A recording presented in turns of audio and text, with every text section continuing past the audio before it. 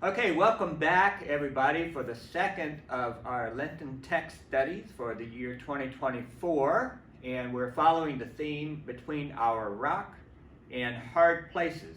Each week I'll put up this 30-minute-ish video, and each week we'll have a discussion at St. Mark Presbyterian Church here in our Bonhoeffer room from 9:30 to 10:30. We'll stream that on Zoom. We'll capture it on YouTube so you can watch it later if you are not able to join us during that time. So I'm Mark Davis, and I'm very happy to be offering these 30-minute presentations. This week is our second week of Lent, so we're looking at the Gospel of Mark, chapter 8, verses 27 through 38. Last week I mentioned we'd be looking at verses 31 through 38. I've expanded it a little bit, and I hope you'll be able to see why as we go along. If you have any questions, you can reach out to us here at St. Mark, either on this email address or by calling us directly. We are looking at the text through the lens of what Walter Brueggemann suggests might be really helpful in a way of looking at certain biblical texts. And that is that the texts have an orientation and then often offer a disorientation and lead us to a reorientation. We're not going to force that paradigm on top of any text, but we are going to see if it's a helpful paradigm for our text. And it certainly was last week. I think it is this week as well. So let's read the text together. Jesus went on with his disciples to the villages of Caesarea Philippi. And on his way he asked his disciples, "Who do people say that I am?" And they answered him, "John the Baptist," and others, "Elijah," and still others, "one of the prophets." He asked them, "But who do you say that I am?" Peter answered him, "You are the Messiah." And he sternly ordered them not to tell anyone about him. Okay, so in these first 4 verses, we see what we will call the orientation part of the story, and it seems that the issue in focus here is the question of who Jesus is. They're walking to Caesarea Philippi, and Jesus turns and asks them, "Who are people saying that I am?" And first, the question is asked, what are others saying? And the answers are John the Baptist, Elijah, and one of the prophets. This is an important thing and an interesting thing, that at least as far as the crowds are concerned, they are perceiving Jesus as part of the prophetic line of the Jewish tradition. No one's saying you're the next Caiaphas or Ananias, the high priest at that time. No one's saying you're the next Caesar. From the crowd's perspective, Jesus is very much in line with Elijah, as was John the Baptizer and the other prophets. That's a significant characteristic of Jesus' ministry so far. And then Jesus asks, "Who do you say that I am?" And Simon Peter speaks up on behalf of the others, I would think. Perhaps this is just his answer, and he's the outspoken one. But his answer is, "You are the Christ," or "You are the Messiah." It's the same word, the Greek term Christos. It means Messiah. It has been transliterated into English as Christ. Most of us think Simon Peter's right. He got it right. And in Matthew's gospel, the telling of this very same story, Matthew suggests that Peter got it right. You can go back and read that. "Blessed are you, Simon Bar-Jonas, for flesh and blood did not reveal this to you, but the Spirit," But curiously here, as soon as Simon Peter says, "You are the Christ," he gets a stern order. They get a stern order not to say anything to anyone about him. So already at the last part of this orientation portion of our reading, we're thrown a little bit. It's like we're running a speed bump, and just when we expect Jesus to say, "Good job," boom, Jesus tells them, "Say nothing to anybody." So already we're starting to get into the disorientation part of this text. So I want to point out just a few translation interpretation issues here in these first 4 verses. First of all, instead of the customary and usual word for ask, Mark uses a verb that can have a much stronger connotation. It can mean to accost someone with an inquiry. It can mean to interrogate. On my blog, anytime I see this verb, I translate it interrogate, because it's the verb that's going to be used when Jesus is put on trial and they ask him questions there. It doesn't seem to be the verb that's typically used when it's just a question of curiosity. So in some respects, we might see this whole conversation as being a roadside interrogation of Jesus to the disciples. The sternly ordering them not to say anyone to anybody, maybe that doesn't come out of the blue. Maybe it started with the word interrogate.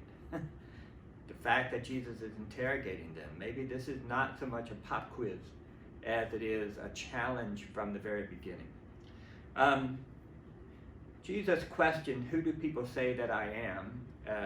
He uses the present tense there, both in the verb say and with the infinitive I am. Literally, I think it could be translated, who are people saying me to be?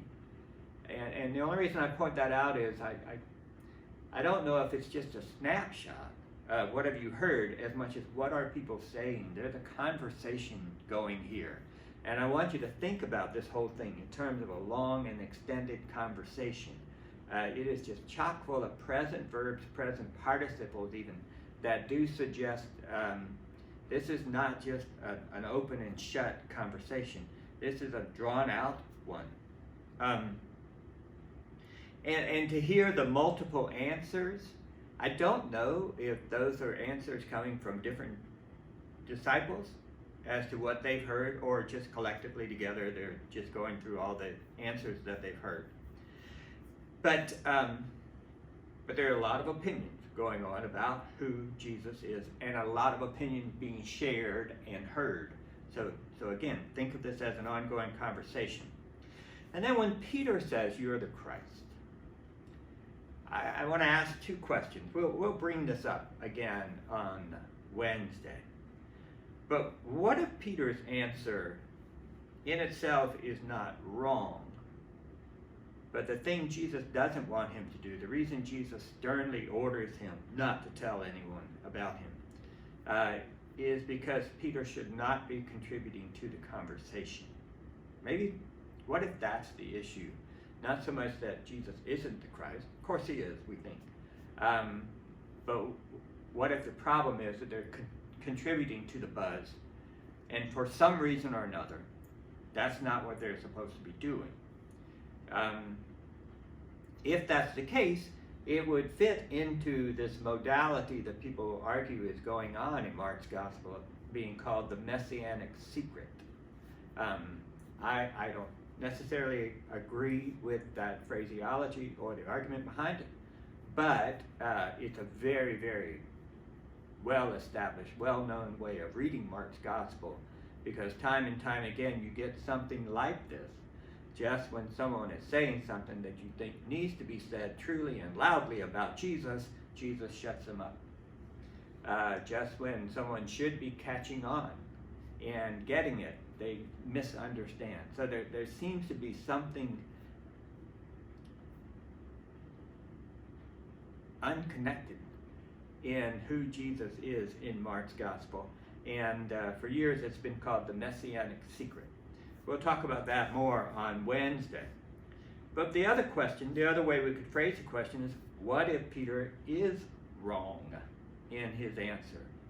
What if the answer to the question, who do you say that I am, should not be, you are the Christ? What would that suggest? And I'm just trying to figure out why it is that when Peter gives this answer that we think would be an A+ answer, suddenly Jesus shuts him down. What's wrong with that answer? Again, we'll talk about that more on Wednesday, but already the fact that Jesus shuts them down is it brings us into the disorientation part of the text. And that really comes through in verses 31 through 33. Then Jesus began to teach them that the Son of Man must undergo great suffering and be rejected by the elders, chief priests, and the scribes, and be killed, and after 3 days rise again. He said all this quite openly, and Peter took him aside and began to rebuke him. But turning and looking at his disciples, he rebuked Peter and said, "Get behind me, Satan, for you are setting your mind not on divine things, but on human things." All right, so this is the part of the story that we'll refer to as the disorientation, because up until this point, none of this seemed evident at all. Jesus has been teaching, proclaiming the nearness and readiness of God's reign, calling people to repent and trust in God's reign.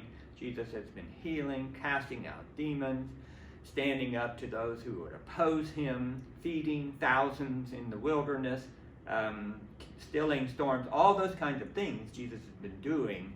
This is the first disclosure of Jesus' death. So in some respects, the question still is, who is Jesus? That's still the topic, who Jesus is. And notice that in verse 31, Mark begins by saying Jesus began to teach them. So he's not yelling at them, right? He's teaching.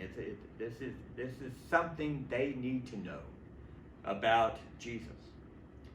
It is the first disclosure that Jesus gives to anyone, that he is going to suffer, be rejected, die, and on the third day rise again.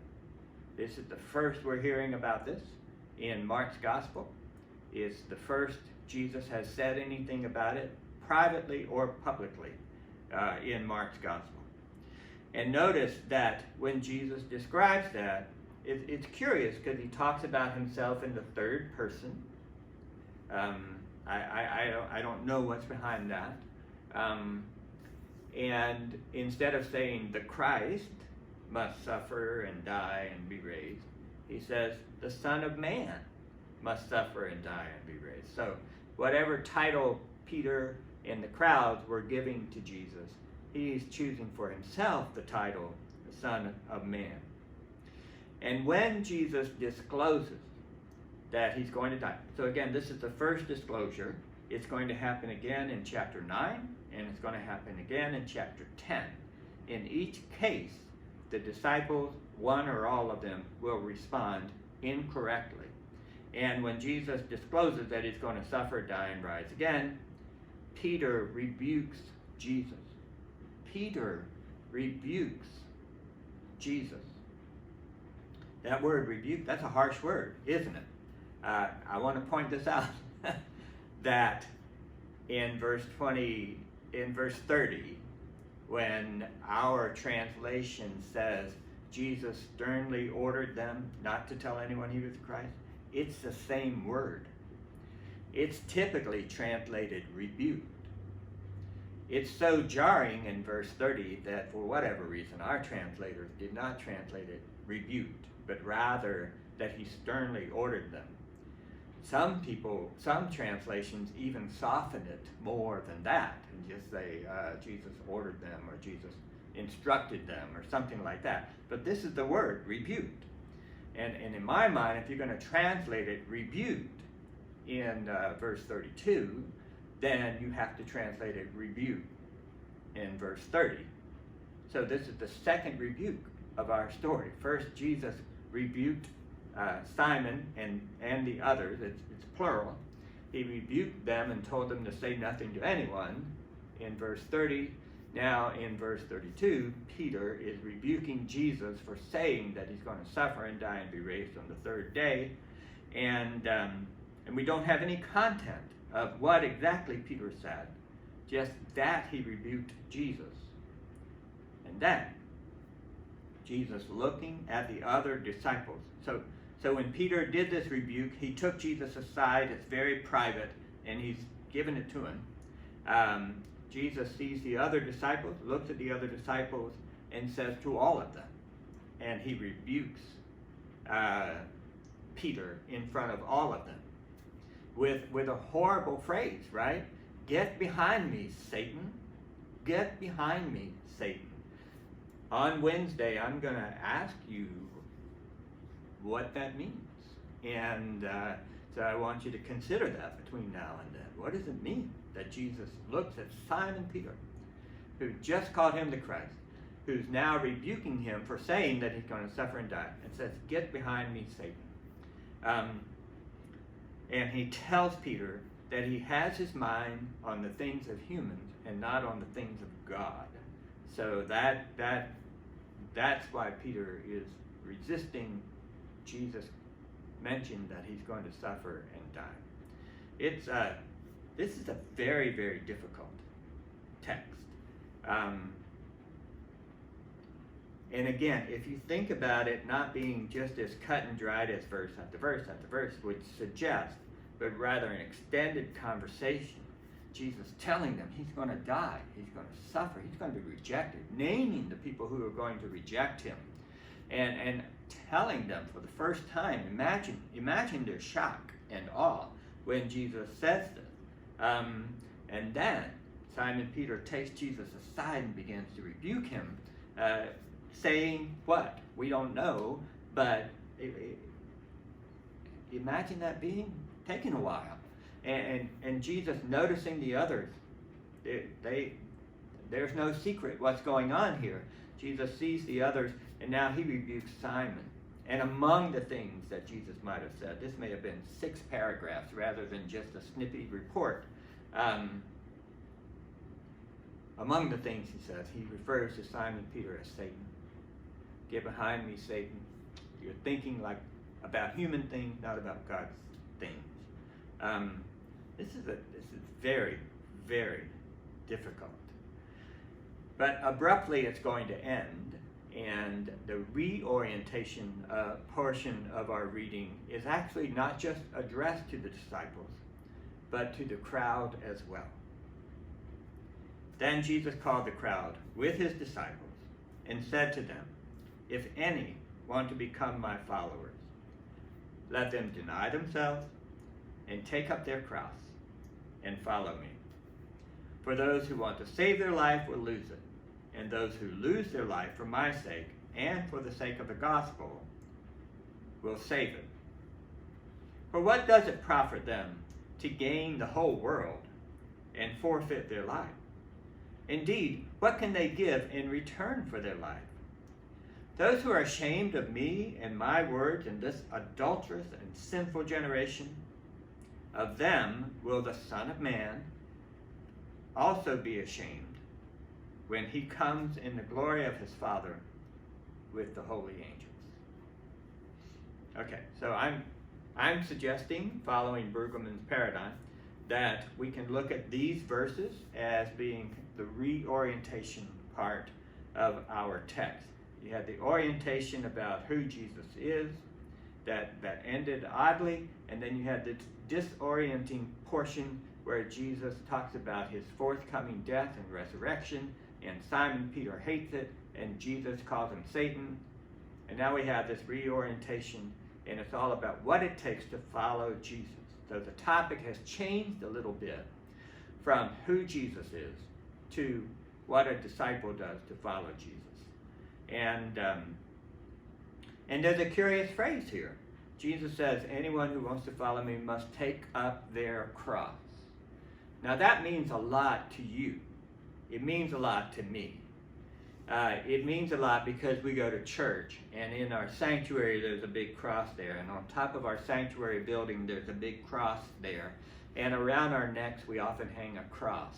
And the cross has been a symbol of salvation and hope, death and resurrection for us for many, many years.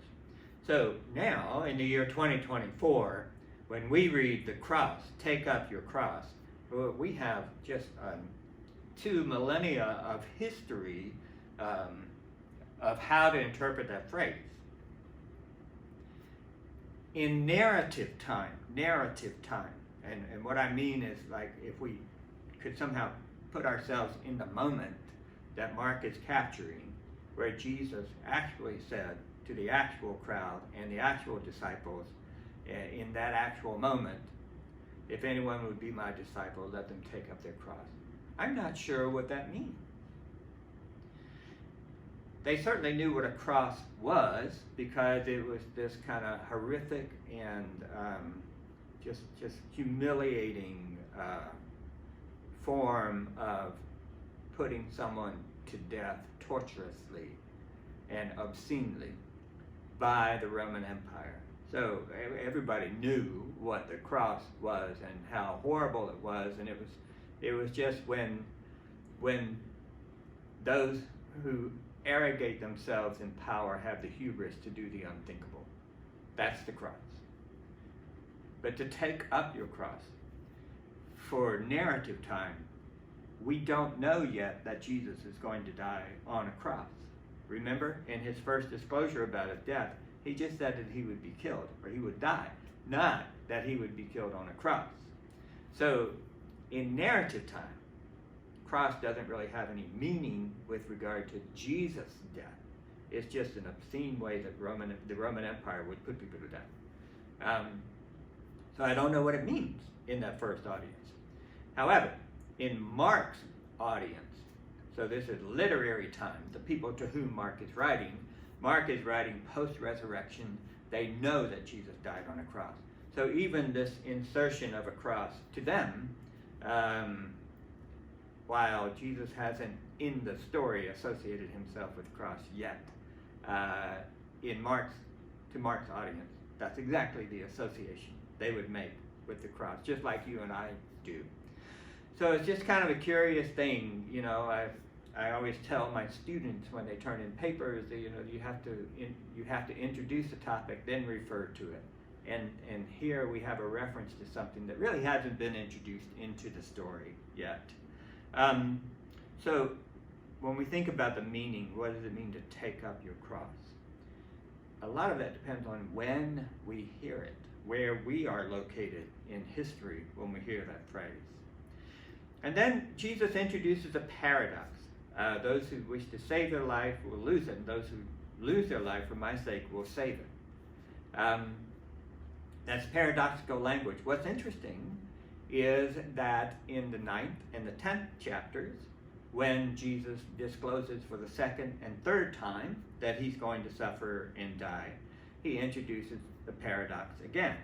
And in that moment, the paradox there is that the first shall be last and the last shall be first. So again, it's paradoxical thinking. It's not what you expect it to be. And in this first disclosure, it's all about the more you strive to save your life, which seems to be trying to establish your life here on earth in your lifetime, will lose it. And those who lose their life, who give up those ambitions here in our lifetime, will save it. And that gets reinforced because Jesus asks, what does it profit someone to gain the whole world and yet lose their soul? The word soul, psyche, could be translated as identity. That's probably something I want to chew on Wednesday if I remember to get to it, is, you know, what is this contrast between gaining the whole world and losing one's soul? How do we live good lives and meaningful lives without trying to gain the whole world? That's an important discipleship question in this reorientating part of our text. And then Jesus introduces something that, again, doesn't really have much content to it in the narrative time.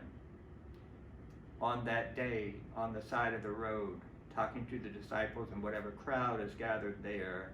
I'm not sure what this exactly means.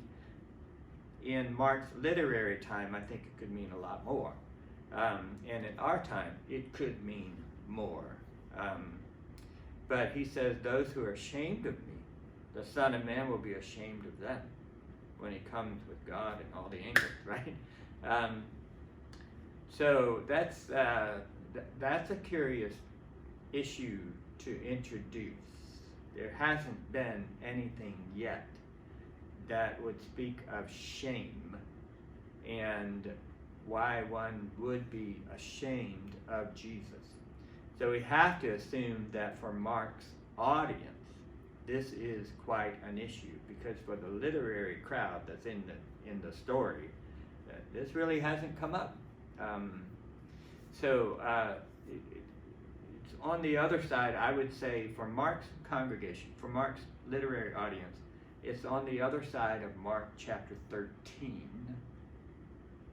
when Jesus says, you're going to be dragged before the Sanhedrin, you're going to be brought to court, you're going to be ridiculed in my name. All of those things Jesus is saying is forthcoming for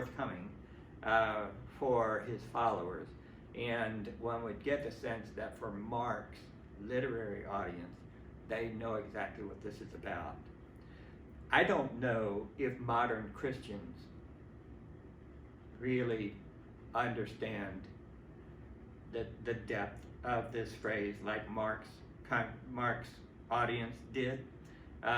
We tend to think that we have a certain privilege as Christians, and if that privilege gets questioned or brought into focus, then somehow we're being persecuted. And I think there are other communities that have a much better insight as to what it means not to be ashamed of Christ. And so let's chew on that on Wednesday a little bit as well. So in this reorientation part, we're told to take up our cross. That's going to have to be given some content. We have the paradox of saving or losing, which is like, the paradox of first shall be last, dying in order to rise, those kinds of things. We've got the idea that you can go after the world or you can attend to your soul. And then we know that there's some point at which whether one is ashamed of Jesus or willing to take up their cross and follow him is going to be a really, really strong question. So in terms of our reorientation into discipleship, we need to imagine what this teaching means in our own lives and the challenges that we face. So that's going to be it for now. I've really run at a very fast pace through a whole lot of thick things here in this text. But I would invite you between now and Wednesday just to read it, and reread it.